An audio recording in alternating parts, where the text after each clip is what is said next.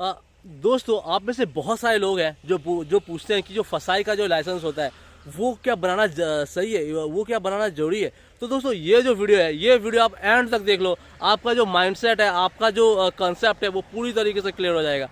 आप जो डाउट में हो कि फसाई का लाइसेंस बनाया जाए या फूड लाइसेंस जो है वो बनाओ या नहीं बनाओ, ये वीडियो एंड होते होते आपका पूरा ही क्लियर हो चुका होगा।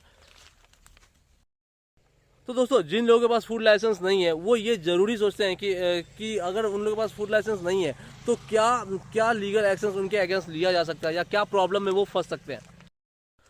तो दोस्तों, इसका कुछ नॉर्म्स है। मैं भी एक चाय का व्यापारी हूँ, लेकिन मेरे पास बहुत बहुत टाइम तक फूड का जो फसाई का जो लाइसेंस है वो नहीं था। लेकिन मुझे इससे कोई प्रॉब्लम नहीं होता था, क्योंकि जिनका प्रोडक्ट मैं सेल करता था, मैं एक रिटेलर था या फिर मैं एक होलसेलर था। तो जिनका प्रोडक्ट मैं सेल करता था उनका उनके ब्रांड का जो फसाई लाइसेंस है वो मेरे लिए इनफ हुआ करता था, क्योंकि मैं उनके जो प्रोडक्ट है उसमें कुछ भी फेरबदल या फिर कुछ भी ब्लेंड नहीं करता था। तो दोस्तों, आपको समझना पड़ेगा।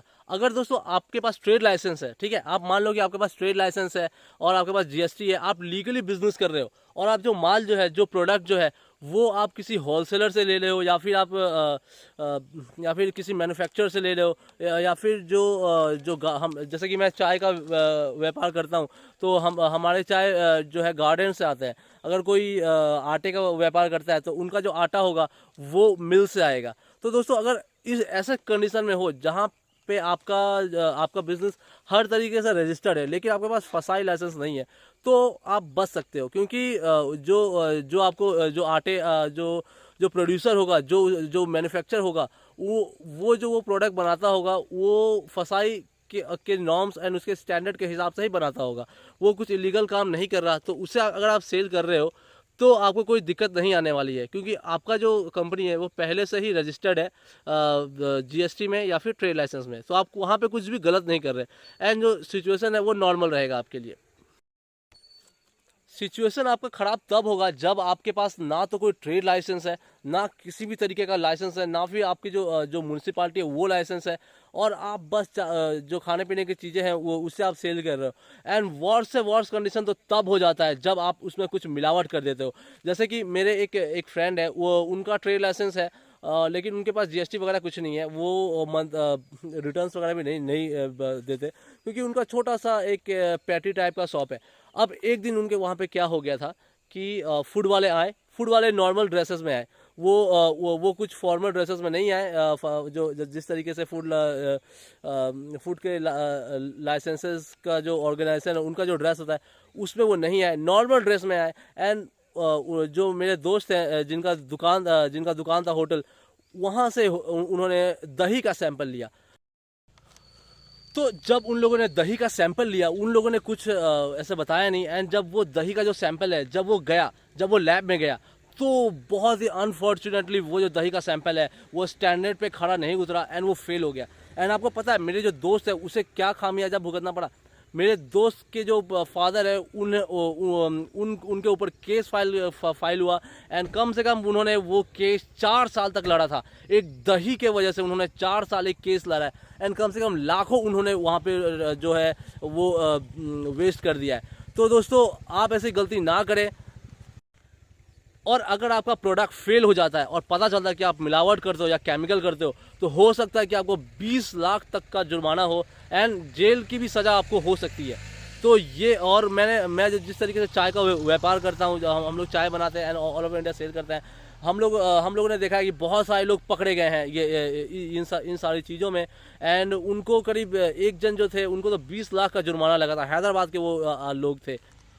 लेकिन अगर आप 3-4 सप्लायर से आप मान लो माल लेते हो, फिर आप उसे ब्लेंड करते हो या फिर मिक्स वगैरह करते हो एंड अपने हिसाब से उस प्रोडक्ट को बना के मार्केट में लॉन्च करते हो, तब आपके लिए जो है फूड लाइसेंस बहुत ही ज़्यादा जरूरी हो जाता है। क्योंकि वहाँ पे आप जो है मैनिपुलेशन कर रहे हो, फूड की जो क्वालिटी है उसे आप मैनिपुलेट करके अपने हिसाब से उसे मार्केट में आप डाल रहे हो।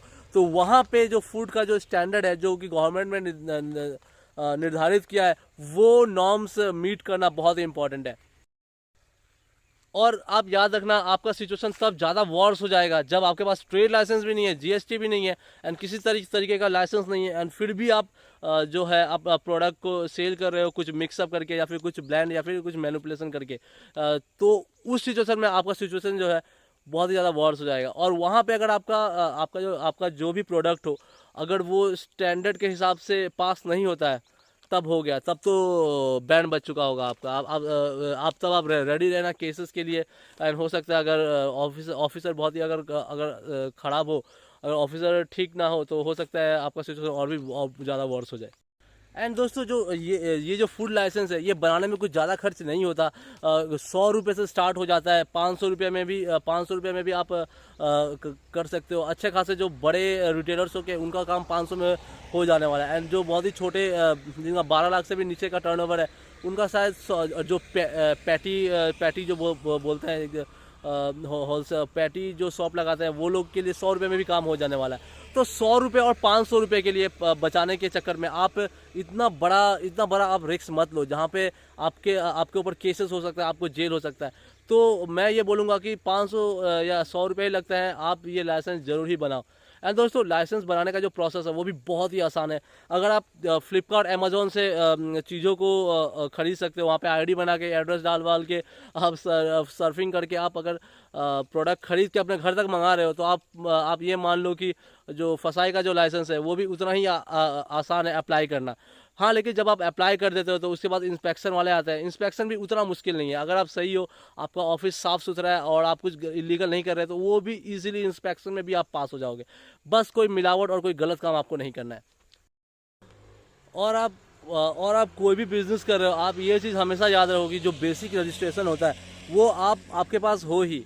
बिना बेसिक रजिस्ट्रेशन के आप कोई भी बिजनेस कैरी मत करो। मैं हाथ जोड़ के आपके भलाई के लिए बोल रहा हूँ, क्योंकि हमने देखा है यहाँ पे कि क्या प्रॉब्लम्स आपको फेस करना पड़ सकता है।